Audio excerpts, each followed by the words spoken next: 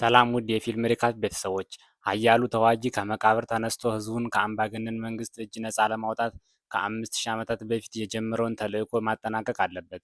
ዛሬ የ2022ቱን ብላክ አዳም የተሰኘ ፊልም ታሪክ እንቃኛለን። ከብዙ ሺህ ዓመታት በፊት የግብፅ ፒራሚድ ከመገንባታቸው አስቀድሞ ካንዳክ የምትባል ሀገር ነበረች። እነዚህ በምድር ላይ በመጀመሪያ በንጉስ የተገዙ ህዝቦች ነበሩ። ለዘመናትም ካንዳክ እየበለጸገች የኃይልና የእውቅና ማዕከል ሆና ቆይታለች። ይሁን እንጂ ንጉሱ ኦክተን ዙፋኑን ሲይዝ ነገሮች ሁሉ ተለወጡ። ስልጣኑን በኃይል ለመያዝ ሰራዊቱን የተጠቀመ ሲሆን ለበርካታ ዓመታት በቆየው የግዛት ዘመኑም እውነተኛ ጨካኝ መሪ መሆኑን አሳይቷል። በጨለማ አስማት የተጠናወተው ኦክተን የሳባክን ዘውድ ለመስራት አልሞ ነበር። በዚህ መንገድ የማይሸነፍ መሆን ስለፈለገ ዘውዱን ለመስራት በካንዳክ ብቻ የሚገኘውን ኢንድራኒየም የተባለ አስማታዊ ባህሪ ያለው ብርቅዬ ማዕድን መሰብሰብ ይጀምራል። ከዚያም የራሱን ህዝብ መሬቱን እንዲቆፍሩ አስገደዳቸው። ከቆፋሪዎች አንዱ የድንጋይ ስባሪ ባገኘ ጊዜ በንጉሱ የተገባለትን ሽልማት ለማግኘት ወደ ጠባቂዎቹ ይሮጣል።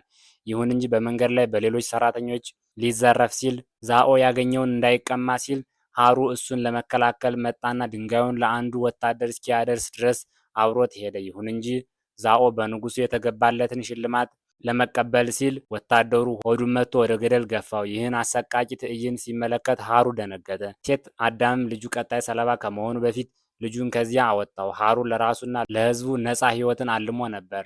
ነገር ግን ቴት አዳም መቃብሮች በጀግኖች የተሞሉ ስለሆኑ ጀግና ለመሆን እንዳይሞክር ልጁን መከረው። ያም ሆኖ ሃሩ ህዝቡን አንድ ለማድረግ አቅዶ ሁሉም በአንድነት ቢቆሙ ጨካኙን ንጉስ ሊጥሉ እንደሚችሉ ያምን ነበር። ስለዚህ ወጣቱ ከጠባቂው እጅ ኢንድራኒየምን ሰርቆ ድንጋዩን በህዝቡ ልብ ውስጥ የነፃነት ብልጭታ ለመፍጠር እንደ ምልክት ተጠቀመበት። ንጉሱ ኦክተን ይህ ትንሽ ብልጭታ ወደ እሳት ሊቀየር እንደሚችል ያውቅ ስለነበረ ወጣቱ በሁሉም ፊት እንዲገደል አዘዘ። በመጨረሻው ቅጽበት እንኳ ሃሩ የነፃነት እሳትን በደረቱ ውስጥ አቀጣጥሎ ለሌሎች መነሳሳት ሆኖ ለመሞት ፈለገ። ነገር ግን በምትኩ ወጣቱ ታምር አመጣ። የምድር አስማታዊ ጠባቂዎች የሆኑት ጠንቋዮች ምክር ቤት ሚዛኑን እንዲጠብቅ እሱን መረጡት። ለሃሩም የጥንት አማልክትን ኃይል በመስጠት ወደ ሻምፒዮንነት ለወጡት። ይሁን እንጂ የሳባክ ዘውድ ቀድሞ ተሰርቶ ነበር። ሻምፒዮኑ ንጉሱን ለመገዳደር ወደ ቤተ መንግስት በደረሰ ጊዜ ኦክተን አጋንንታዊ ኃይሉን ጠራ። በጦርነቱ ወቅት ሙሉ ቤተ መንግስት ወደመ። ነገር ግን ሻምፒዮኑ አሸናፊ ሆነ። ጠንቋዮችም የሳባክ ዘውድ ዳግመኛ በሰው እጅ እንዳይወድቅ ደበቁት። ከዚያን ጊዜ ጀምሮ ስለ ሻምፒዮኑ ምንም የተሰማ ነገር የለም። ይሁን እንጂ ካንዳክ በጣም ስትፈልገው ለህዝቡ ነፃነታቸውን ለመመለስ ይመለሳል የሚል አፈታሪክ አለ። በአሁኑ ጊዜ ሀገሪቱ ኢንተርጋንግ በመባል በሚታወቁ ዓለም አቀፍ ቅጥረኞች ትገዛለች። ከከተማዋም ለመውጣት ሁሉም ተሽከርካሪዎች መፈተሽ አለባቸው። ሰዎችም ድንበሩን ለሚጠብቁ ጠባቂዎች ሰነዶቻቸውን ማሳየት አለባቸው። የአንድ ቫን መኪና ጀርባ ሊፈተሽ ሲል አሙን የተባለ የ14 ዓመት ታዳጊ በስኬትቦርድ ድንበሩን ለማቋረጥ ይሞክራል። ነገር ግን ጠባቂው ይገፋዋል። አሙንም እንዲፈተሽ ወደ ወረፋው በመጨረሻ እንዲሄድ ያዘዋል። አሙንም ያበሳጨዋል። ኢንተርጋንጉም ተቆጥቶ ካሪም በቫን መኪና እንዲሄድ ያዘዋል። እንዲሁም የሚፈልገውን ተፈላጊ አንድሪያና ቶማስን ምስል በእጁ ላይ ያያል። ተሽከርካሪው ድንበሩን ሲያቋርጥ አንድሪያና ከመደበቂያዋ ትወጣለች። አሙንም በመስኮቱ በኩል ይታያል። ወጣቱ የተፈላጊዋ ልጅ ሲሆን የሳባክን ዘውድ ለማግኘት በምታደርገው ጉዞ አብሮ ለመሄድ ይወስናል። ይሁን እንጂ ሴትዮዋ ወደ ቤቱ እንዲመለስ ልታሳምነው ትሞክራለች። እንደ ካርታው ቅርሱ ተደብቆበታል ወደ ተባለ ተራራ በሚሄዱበት መንገድ አንድሪያና ከአያቷ ያገኘችውን ከኢንድራኒየም የተሰራውን አንገቷ ላይ ያለውን ጌጥ በትኩረት ትመለከታለች። ሳሚርም ድንጋዩ በህገወጥ ቢሸጥ ትልቅ ሀብት እንደሚያወጣ ይናገራል። ይሁን እንጂ ያ የቤተሰብ ቅርስ ካንዳክ ነፃ ከነበረችበት ጊዜ የመጣ በመሆኑ ለሴትዮዋ ትልቅ ስሜታዊ ዋጋ አለው። የአንድሪያና ወንድም የሆነው ሹፌሩ ካሪም እንደ ውርስ ያገኘው ካፖርትና የአባቱን ራስ በራነት ብቻ እንደሆነ እየተናገረ ያማራል። ተራራው ላይ ሲደርሱ ሶስቱ ፍለጋቸውን ይጀምራሉ። ካሪም ደግሞ በቫኑ ውስጥ ጥበቃ ያደርጋል። ወደ ተራራው መግባት ሲችሉ ኢስማኤል ይጠፋል። ሳሚርም እሱን ለመፈለግ ይሄዳል። ካሪም በተሽከርካሪ ውስጥ ሙዚቃ እየሰማ ባለበት ወቅት ወጣቱ ከተራራው ላይ ሲወድቅ ያያል። ሳሚርን ለመርዳት በሚሄድበት ጊዜ ሰውየው በብዙ የታጠቁ ወታደሮች ይከበባል። ይህ በእንዲህ እንዳለ አንድሪያና የእስማኤልን ድንገተኛ መምጣት ትመለከታለች። ሴትዮዋ ሳሚር የት እንዳለ ትጠይቀዋለች። እሱም ጓደኛው አየር ለመቀበል ከተራራው እንደወጣ ይነግራታል። ከዚያም ጥንዶች ወደ ቴት አዳም መቃብር ያመራሉ። ከጥቂት እርምጃዎች ቀደም ብሎ የሳባክ ዘውድ ይገኛል። አንድሪያናም እሱን ለማግኘት በሁለት ትላልቅ ድንጋዮች መካከል ትዘላለች። በዚያው ቅጽበት ካሪምን የከበቡት ጠባቂዎች ብቅ ብለው ኢስማኤልን ይይዛሉ። ሰውየው አንድሪያና እንድትሸሽ ይጠይቃታል። የቡድኑ መሪም ካሪም እንዳይገደል ወንድሟን እንደ ታጋች ይጠቀማል። ሴትዮዋም እጇን ለመስጠት ትወስናለች። በቴት አዳም መቃብር ላይ ተንበርክካ አንድሪያና የመጨረሻ ቃሏን ሺዛም የሚለውን ቃል በመናገር ሻምፒዮኑን ትቀሰቅሳለች። ወዲያውኑ አንድ ምስጢራዊ ምስል ብቅ ይላል እና ኃይለኛ ጨረሮችን በመጠቀም የአንዱን ቅጥረኛ አካል አመድ ያደርገዋል። ደንግጠው ሌሎች ወታደሮች መተኮስ ይጀምራሉ። አንድሪያናን ትኩረታቸው መከፋፈሉን ተጠቅማ ከወንድሟ ጋር ታመልጣለች። በጦርነቱ መካከል ሴትዮዋ ዘውዱን ማግኘት ትችላለች። ብላክ አዳም ባለፉት ጥቂት ሺህ ዓመታት ያሳለፈበትን ተራራ ሲለቅ በጭራሽ አስቧቸው በማያውቃቸው የሚበሩ ማሽኖች ከሚጠቀሙ አዳዲስ ጠላቶቹ ጋር ይጋፈጣል። ይህ በእንዲህ እንዳለ አንድሪያና እና ካሪም ወደ ቫኑ ይመለሳሉ። ወንድሟ መኪናውን በሚያሽከረክርበት ወቅት ሴትዮዋ ምንም እንኳን ያልታሰቡ ክስተቶች ቢኖሩም ዘውዱን ማግኘት መቻሏንና ተልዕኮው የተሳካ እንደነበረ ትናገራለች። ከጥቂት ሜትሮች ርቀት ላይ ጦርነት ይካሄዳል። ብላክ አዳም ሁለት ሄሊኮፕተሮች እርስ በእርሳቸው እንዲጋጩ በማድረግ ትልቅ ፍንዳታ ያስከትላል። ሌሎች ተሽከርካሪዎች ሲመጡ ትርምስ ይፈጠራል። ሻምፒዮኑም ያለምንም ችግር እነዚያን በ10 የሚቆጠሩ ወታደሮች ለማሸነፍ የራሱን ጥቃት ይጠቀማል። በዙሪያው ያለው ነገር ሁሉ ሲወድም ብላክ አዳም አንድሪያና ወዳለችበት ቫን ይቀርባል። ከመጨረሻዎቹ የተረፉት በአንዱ ጥቃት ይደርስበታል። ካሪም ያ ኮፍያ ያደረገ ሰው ሚሳኤል በአየር ላይ ሲይዝ በማየቱ ይገረማል። የቦምብ ፍንዳታ እንኳ ሊያሸንፈው እንደማይችል ሲረዳ ደግሞ የበለጠ ይገረማል። ጥቃት ያደረሰበትን ሰው ካጠፋ በኋላ ብላክ አዳም በሆዱ ላይ ጉዳት ደርሶበት ይሄዳል። በዚህ ጊዜ ወደ ምድር ተመልሶ ይወድቃል። በደረሰበት ጉዳት ራሱን ይስታል። አሁንም በተራራው ውስጥ እስማኤል ከአንዱ የቅጥረኛ ቡድን አባል ጥሪ ይደርሰዋል። ሰውየው ሚስጥሩ ሳይታወቅ ዘውዱን ለመስረቅ ያንን ሁሉ ትርኢት አቀናጅቶ ነበር። ነገር ግን ተልዕኮ ከሽፏል። አሁን ቅርሱን ለማግኘት በማሰብ አንድሪያናን መከተል ይጀምራል። ስለ ሻምፒዮኑ መነሳት ዜና እንደደረሰው ሆክማን እርምጃ ለመውሰድ የጀግኖች ቡድን እርዳታን ይጠይቃል።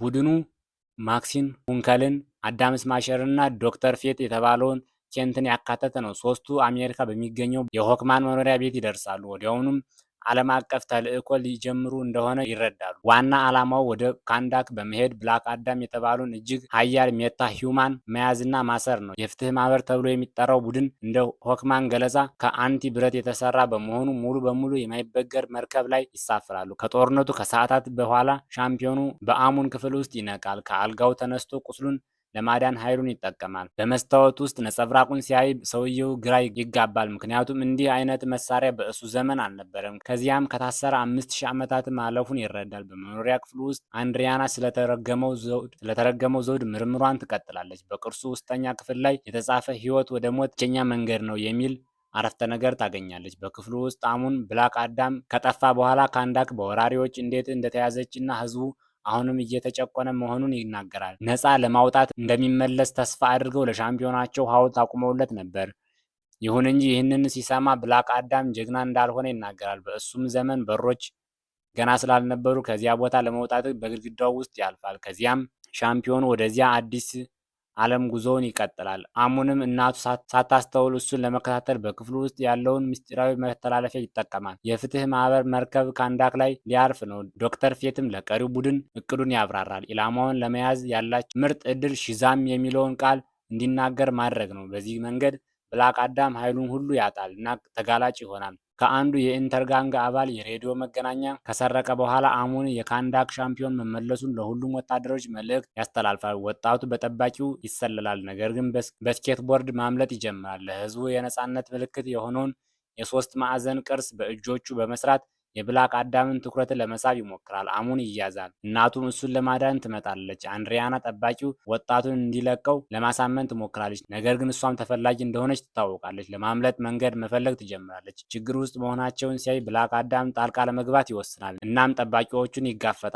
ራሱ ላይ ከተመታ በኋላ ሰውየውን ወደ ጠፈር ይወረውራል። እንዲሁም በስናይፐሮች ይከበባል። ተዋጊው እነዚህን ሰዎች በፍጥነት ያስወግዳቸዋል። በከተማዋ ላይ እየበረረ ሁለት ጠላቶቹን ሊያጠፋ ሲል የፍትህ ማህበር ለማሸነፍ ብቅ ይላሉ። ብላክ አዳም ሰዎቹን ይለቃል። ካርተር ሆልም የሆክማንን ልብሱን በመልበስ ሰዎች በሰላም መሬት ላይ ማረፋቸውን ለማረጋገጥ ከመኪናው ውስጥ ይዘላል። ይሁን እንጂ ይህ ጀግንነት ምንም ጥቅም አይኖረውም፣ ምክንያቱም ብዙ ሳይቆዩ ሻምፒዮኑ በመብረቅ ይመታቸዋል። በጥቂት ደቂቃዎች ውስጥ ዶክተር ፌት ብቅ ብሎ ብላክ አዳም እጁን እንዲሰጥ ይናገራል። ይሁን እንጂ ሰውየው እስኪሞት ድረስ እስረኛ እንደነበርና አሁን ደግሞ እንደ ንጉሥ የመኖር ፍላጎት እንዳለው ይናገራል። ስለዚህ ለማንም እንደማይንበረከክ ይገልጻል። ጥቃት ሲሰነዘርበት ፌት ጠላቱን ለማዘናጋት ከ5000 ዓመታት በፊት ይኖርበት የነበረውን ዓለም በአእምሮ ውስጥ ይፈጥራል። ሻምፒዮኑ በዙሪያው ያለውን ነገር ሁሉ እያየ ግራ ተጋብቶ ባለበት ወቅት ሆክማን እሱን ለማጥቃት እድሉን ይጠቀማል። ይህም የቀድሞውን እስረኛ ቁጣ ይቀሰቅሳል። ጠላቱን በመብረቅ ከመታ በኋላ ብላክ አዳም በአየር ላይ ወደሚደረገው ውጊያ ይጎትተዋል። ዶክተር ፌት ኢላማውን ወደ መሬት በመወርወር በውጊያው ጣልቃ ይገባል። አሁን እርምጃ የመውሰድ ተራው የሳይክሎን እና የአዳም ስማሸር ነው። ማክሲን ኃይሏን በመጠቀም አውሎ ንፋስ ትፈጥራለች እና ጠላቷን ለማጥመድ የብረት ጨረሮችን ትተኩሳለች። ይሁን እንጂ ብላክ አዳም ራሱን ነፃ ማውጣት ይችላል። ዶክተር ፌትም እንደገና እሱን ለማሰር ይሞክራል። በዚያ ቅጽበት ሳይክሎን እና ሆክማን የመጨረሻ ጥቃታቸውን ለመሰንዘር ይዘጋጃሉ። ሊሸነፍ እንደሆነ የተረዳው ሻምፒዮኑ ኃይሉን ሁሉ ይለቃል እና ሁሉንም ጠላቶች በአንድ ጊዜ ያስወግዳል። ጦርነቱ የተሸነፈ በሚመስልበት ጊዜ አዳም ስማሸር ብቅ ይላል እና በትልቅ ቡጢው ይመታዋል። ኢላማውን ለጥቂት ደቂቃዎች እንዳይንቀሳቀስ ያደርገዋል። ይሁን እንጂ ከጥቃቱ ሲያገግም ብላክ አዳም ራሱን ነፃ ያወጣል እና በአንድ ቡጢ ትልቁን ሰው ይጥለዋል። በዚህ ጊዜ በዙሪያው ያሉ ነዋሪዎች ለሻምፒዮናቸው ረጅም ዕድሜ ለመመኘት ይሰባሰባሉ። እሱ ሌላ ጦርነት ካሸነፈ በኋላ ይጠፋል። ዶክተር ፌት ከእነሱ መካከል ያንን ሜታ ሂውማን ለማሸነፍ የሚያስችል በቂ ኃይል ያለው እንደሌለ ስለሚያውቅ ቡድኑ እንዳይከተለው ያዛል። ይልቁንም ጀግናው አንድሪያናን ይከተላል። ምክንያቱም በራእይ ሴትዮዋ የሳባክን ዘውድ እንደያዘች ተገልጦለታል። ይሁን እንጂ እሷ ዘውዱ እንደሌላት ትናገራለች። አሁን አሙን ከጠፋ ቆይቷል። በጦርነቱ ወቅት ቅርሱን ወስዶ በጀርባ ቦርሳ ውስጥ ከቶ ነበር። ነገሮችን በሰላም ለመፍታት አንድሪያና ጀግኖቹን ብላክ አዳም ወዳለበት ቤተመንግስት አብራቸው ለመሄድ ትስማማለች። እንደ አፈ ታሪኩ ከሆነ ከ5000 ዓመታት በፊት ሻምፒዮኑ ህዝቡን ነፃ ለማውጣት ወደዚያ ቤተ መንግስት ሂዶ ነበር። ነገር ግን እንደ ፍትህ ማህበር አባላት ገለጻ የሄደው በቀልም ፍለጋ እንጂ ለነፃነት አልነበረም። ከዚያም በቁጣው ከፍተኛ ደረጃ ላይ የብላክ አዳም ኃይል ከቁጥጥር ውጭ ሆነ። ቤተ መንግስቱን በውስጥ ካሉ ሰዎች ጋር ካፈረሰ በኋላ የጠንቋዮቹ ምክር ቤት ከሰጡት ስጦታዎች የማይገባ ሆኖ እንዲገኝ ተገደደ። ሻምፒዮኑ በአንድሪያና እስኪፈታ ድረስ በመቃብር ውስጥ የታሸገው በዚህ መንገድ ነበር። በሴትዮዋ ከተጋፈጠ በኋላ ብላክ አዳም ለጊዜው እርቅ ለማውረድ እና ጠላቶቹ የሚሉትን ለመስማት ይወስናል። አሙን ወደ ቤቱ ሲመለስ እስማኤል በህይወት መኖሩን ሲያይ ይገረማል። እሱ የማይረዳው ነገር ሰውየው ከዳተኛ መሆኑን እና ዘውዱን ለመስረቅ ወደዚያ መሄዱን ነው። ወጣቱንና አጎቱን ታጋች አድርጎ ይይዛል። አሙንም የጀርባ ቦርሳውን እንዲሰጠው ያዛል። ይሁን እንጂ እንዲህ ያለ ኃይል ቅርስ አደገኛ እጅ ውስጥ እንዳይወድቅ ካሪም እስማኤልን ያጠቃል እና የወንድሙ ልጅ ከዘውዱ ጋር እንዲሸሽ ያዛል። በዚህም መንገድ ሆዱ ላይ ይተኮሳል። ነገር ግን አሙን ዘውዱን ደብቆ በሚስጥር መተላለፊያው ለማምለጥ የሚያስችል በቂ ጊዜ ያገኛል። በብላክ አዳምና በፍትህ ማህበር አባላት መካከል በሚደረገው ድርድር ወቅት አንድሪያና ስለተፈጠረው ነገር ሁሉ የሚነግራት ከልጇ ጥሪ ይደርሳታል። ወጣቱ ኢንተርጋንጎች እሱን እየፈለጉት ባለበት ወቅት በህንፃው ውስጥ ተደብቆ እንደሆነ ይነግራታል። ተስፋ የቆረጠችው ሴትዮዋ ሻምፒዮኑ ልጇን እንዲያድንላት ትማጸናለች። ብላክ አዳም ብቅ ሲል አሙን አስቀድሞ መያዙን ይረዳል እና ቅጥረኞች እንዲለቁት ያዛል። በዚያ ቅጽበት ወጣቱ ወደ አየር ይወረውራል። ነገር ግን ብላክ አዳም አካሉ መሬት ላይ ከመከስከሱ በፊት ያድነዋል። ከዚያም ወንጀለኞችን ለማስወገድ ይመለሳል። እስማኤልም ወጣቱ እንዲከተለው ለማስገደድ ሽጉጥ ይጠቀማል። ሰውየው ቦርሳውን ይከፍታል እና ዘውዱ የት እንዳለ ይጠይቃል። ነገር ግን አሙን መረጃውን ለመስጠት ፈቃደኛ አልሆነም። በመሆኑም ሰውየው እሱን ታጋች ለማድረግ ይወስናል። ይህም ስለተፈጠረው ነገር ሲያውቅ የብላክ አዳምን ቁጣ ይቀሰቅሳል። በሚበር ሞተር ጀርባ ላይ የታሰረው ወጣቱ ለእናቱ ደውሎ በአንዱ ተሽከርካሪ ውስጥ መታሰሩን ያሳውቃታል። ይህንን ሲሰሙ የፍትህ ማህበር አባላት ወጣቱን ለመፈለግ ተሽከርካሪዎቹን መፈለግ ይጀምራሉ። ብላክ አዳም ሞተሮችን አንድ በአንድ ይፈትሻል። አሙን እዚያ እንደሌለ ሲያረጋግጥ ነጂዎችን በማጥፋቱ ትንሽም ጸጸት አይሰማውም። ሆክማን በዚህ መንገድ የሰዎችን ህይወት ማጥፋቱን እንዲያቆም ለማድረግ ይሞክራል። ነገር ግን ሻምፒዮኑ ትዕዛዙን ለመቀበል ፈቃደኛ አይሆንም። በመጨረሻም ብላክ አዳም የመጨረሻውን ተሽከርካሪ ይጥላል እና አሙን በውስጡ አለመኖሩን ያረጋግጣል። የሆነው ነገር እስማኤል ከወጣቱ ጋር ሲሸሽ ሻምፒዮኑን ለማዘናጋት ባልደረቦቹን እንደ ማጥመጃ መጠቀሙን ነው። በጦርነቱ መካከል ዶክተር ፌት ዘውዱ እዚያ እንደተደበቀ ስለሚያውቅ ወደ አንድሪያና ቤት ይሄዳል። አፓርታማው ሲደርስ ካሪም መሬት ላይ ተመቶ ያገኘዋል። ሰውየው ይህ የመሞቻው ጊዜ እንደሆነ ስለሚያምን በስቃይ ውስጥ ነው። ከዚያም እሱን ለማረጋጋት ጀግናው የወደፊትን ማየት እንደሚችል ይገልጽለታል እና ካሪም የሚሞተው በዚህ መንገድ እንዳልሆነ ይናገራል። ዕጣ ፈንታው በኤሌክትሪክ ተመቶ መሞት ነው። በዚህ ዜና ሰውየው እፎይታ ይሰማዋል። ነገር ግን ብዙም ሳይቆይ የኤሌክትሪክ ስራውን ይለቃል። ካሪም በመርከቡ ውስጥ እየታከመ ባለበት ወቅት አንድሪያና በኬንት መገኘት ትገረማለች። ሰውየው እሱና ቡድኑ አሙንን እንደሚያገኙት ይናገራል። ከጥቂት ደቂቃዎች በኋላ ሻምፒዮኑ ከሆክማን ጋር ብቅ ይላል። ሆክማን ሁለቱ የኢንተር ጋንግ አባላት አእምሯቸው በዶክተር ፌት እንዲመረመር ይዟቸዋል። ይሁን እንጂ ብላክ አዳም መረጃ ለማውጣት ጥንታዊ ዘዴን ይጠቀማል። ለጥያቄው መልስ ካልሰጡ እስረኞችን በመቶዎች ከሚቆጠሩ ጫማዎች ከፍታ ላይ እንደሚጥላቸው ያስፈራራቸዋል። የሚፈልገውንም መረጃ ካገኘ በኋላ ሊለቃቸው ይወስናል። ሆክማንም የእነዚህን ሰዎች ሕይወት ለማዳን ይቻኮላል። ብላክ አዳም አሁንም ወንጀለኞችን ለማጥፋት በመሞከሩ ተቆጥቶ ጀግናው ያጠቃዋል። በውጊያው ወቅት ሙሉውን ቤት ያፈርሳሉ። እንዲሁም በአጋጣሚ ጠላቱን ፊት ላይ ለመምታት ሲሞክር ሻምፒዮኑ ዘውዱን ይመታል። ቅርሱ በእጃቸው እያለ ወጣቱን ለማዳን እንደ ቡድን ለመስራት ይወስናሉ። እንዲሁም ዘውዱን እንደ መደራደሪያ ለመጠቀም ያስባሉ። በጉዞው ወቅት ዶክተር ፌት ራዕይ ያያል እና በሚመጣው ጦርነት ሆክማን እንደሚሞት ይረዳል። ይህንን እውነታ ለባልደረባው ለመናገር ይወስናል እና ብዙም ሳይቆይ የመለያየ ጊዜ እንደሚመጣ ይናገራል። ከጥቂት ጊዜ በኋላ ቡድኑ አልሃዲድ ተራሮች ላይ ይደርሳል። በተልዕኮው ወቅት ማንኛውም የቡድን አባል እንዳይጠፋ በተቻለ መጠን ስልታዊ እቅድ ላይ ይስማማሉ። ብላክ አዳም ቦታውን በኃይል በመውረር የመጀመሪያው ነው። በተቻለ መጠን ብዙ ጠላቶቹን ያስወግዳል እና ኢስማኤልን ያገኛል። ይሁን እንጂ ሰውየው ከኢንደርኒየም በተሰራ ጋሻ ጥበቃ እየተደረገለት ስለሆነ እሱን ማጥቃት አይችልም። ከዚያም የቀረው ቡድን ብቅ ይላል። በልጇ ራስ ላይ ሽጉጥ ሲደቀን በማየቷ አንድሪያና ዘውዱን ለመስጠት ትወስናለች። ቅርሱ በእጁ እያለ እስማኤል የንጉሥ ኦክተን የመጨረሻ በሕይወት ያለ ዘር መሆኑን ይናገራል እና አሁን በቀጣዩ የካንዳክ ንጉሥ ለመሆን የሚያስፈልገውን ነገር ሁሉ እንዳለውም ይገልጻል። በሳባክ ዘውድ ላይ የተገለጹትን ቃላት ከተናገረ በኋላ ሰውየው ጋሻውን ያጠፋል እና አሙን ላይ ይተኩሳል። ይሁን እንጂ ብላክ አዳም ጥይቱ ወጣቱን እንዳይመታው ከፍተኛ ፍጥነት ይጠቀማል። ቁጣውም ሙሉውን ተራራ ያፈርሰዋል። በፍትህ ማህበር አባላት ጥበቃ እየተደረገላቸው አንድሪያና እና አሙን መትረፍ ይችላሉ። ነገር ግን ወጣቱ ቁስሎችን እንዲታከም ይወሰዳል። አዳም ስማሸር ዘውዱ በእስማኤል በተቃጠለ አካል ላይ ተጣብቆ ያገኘዋል እና ወደ መርከቡ ይወስደዋል። ሆክማን ደግሞ ሻምፒዮኑን ለመከተል ይሄዳል። እሱን ሲያገኘው ብላክ አዳም ቤተመንግስቱ ውስጥ የልጁን የሃሩን ሐውልት እየተመለከተ ነው። ወጣቱ የካንዳክ እውነተኛ ሻምፒዮን ነበር። ጠንቋዮቹ እነዚያን ስጦታዎች እንዲቀበልና ህዝቡን እንዲያድን የመረጡት እሱ ነው። ይሁን እንጂ ከሻምፒዮኑ በርካታ ድሎች በኋላ ንጉሱ ኦክተን የቤተሰቡን አባላት ፍለጋ ይሄዳል። አባቱ ሊሞት ሲል በማየቱ ሃሩን ኃይሉን ለእሱ ለማስተላለፍ ወሰነ። እናም ሊያድነው ቻለ። እሱ በጭራሽ ሊገምተው ያልቻለው ግን የንጉሱ ሰራዊት በዚያ ቀን እሱን ለማጥቃት እዚያ እንደሚገኙ ነበር።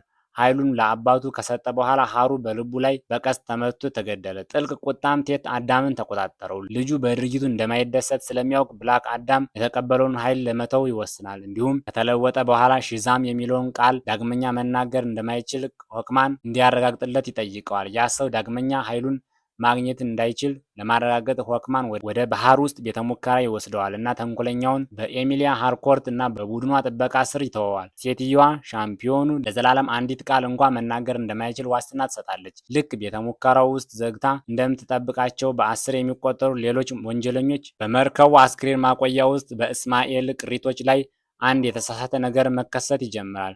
ዶክተር ፌት ደጋግሞ በሚመጣው በዚያው ራዕይ ይሰቃያል። ይህ ለምን እየሆነ እንደሆነም አይገባውም። ደግሞም ተልዕኮ በተሳካ ሁኔታ ተጠናቋል። ኬንት ካርተር ከሞተ የፍትህ ማህበሩ ሊበተን ይችላል ብሎ ይጨነቃል። በእስማኤል መጥፋት እፎይታ ከመሰማት ይልቅ አንድሪያና በቀላሉ እሱን ማስወገድ በመቻላቸው ግራ ተጋብታለች። ሴትዮዋ ከዚያም በዘውዱ ላይ ያለውን ህይወት ወደ ሞት ብቸኛው መንገድ ነው የሚለውን መልእክት ታስተውላለች። ይሁን እንጂ ከመሞቱ በፊት እስማኤል ሞት ወደ ህይወት ብቸኛ መንገድ ነው በማለት አረፍተ ነገሩን ወደ ኋላ ተናግሮት ነበር። በዚህ እውነታ የተገረመችው ሴትዮዋ ዘውዱን ዘቅዝቃ ስትመለከት ትወስናለች። ቃላቱን በመገልበጧ አረፍተ ነገሩ ተለውጦ የኦክተን ወራሽ ከመገደሉ በፊት ከተናገረው ጋር ተመሳሳይ እንደሚሆን ትረዳለች።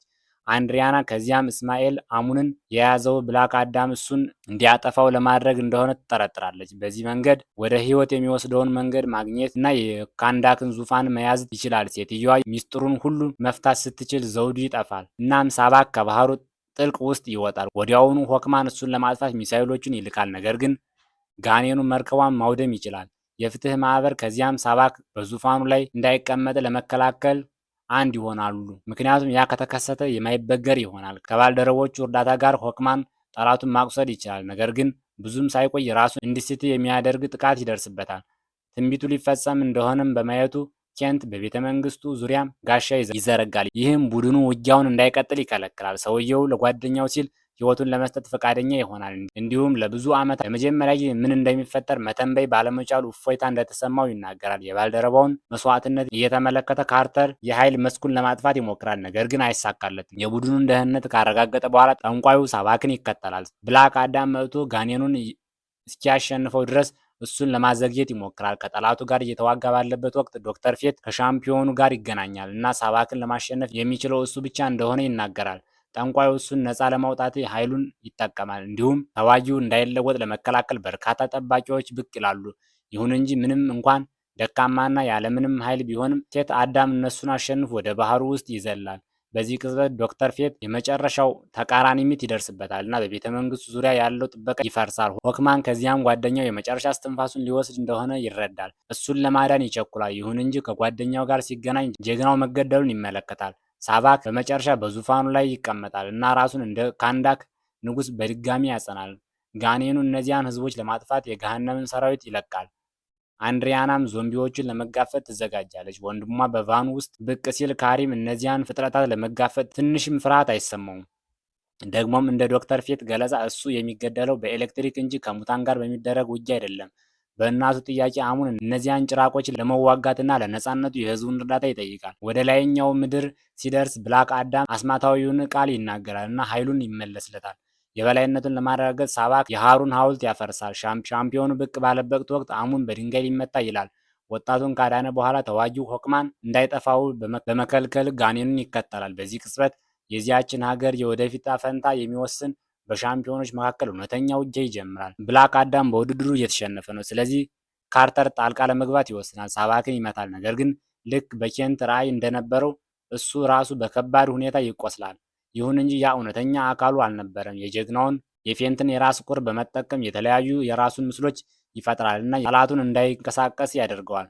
ብላክ አዳም ደግሞ የሰውየውን አካል ለሁለት ለመክፈል ኃይሉን ይጠቀማል። በዚህ ጊዜ የገሃነም ሰራዊት ይጠፋሉ እና ህዝቡ የድል ጩኸታቸውን ያሰማሉ። ምንም እንኳን ልዩነቶች ቢኖሩባቸውም ካርተር እና ብላክ አዳም ተግባብተው መቆየት ይችላሉ። የፊት ራስ ቁሩም ሚናውን ከተወጣ በኋላ ይጠፋል። የፍትህ ማህበር ከዚያም ሻምፒዮኑን ከማሰር ይቆጠባሉ፣ ደግሞም እነዚያን ሰዎች አድኗልና። ስለዚህ ቡድኑ ወደ አሜሪካ ይመለሳል። ብላክ አዳም በዙፋኑ ላይ ይቀመጣል። ህዝቡ እንዲመራቸውም ይጠይቁታል። ነገር ግን ብላክ አዳም ያንን ዙፋን ለአንዴና ለመጨረሻ ጊዜ ለማጥፋት ይወስናል።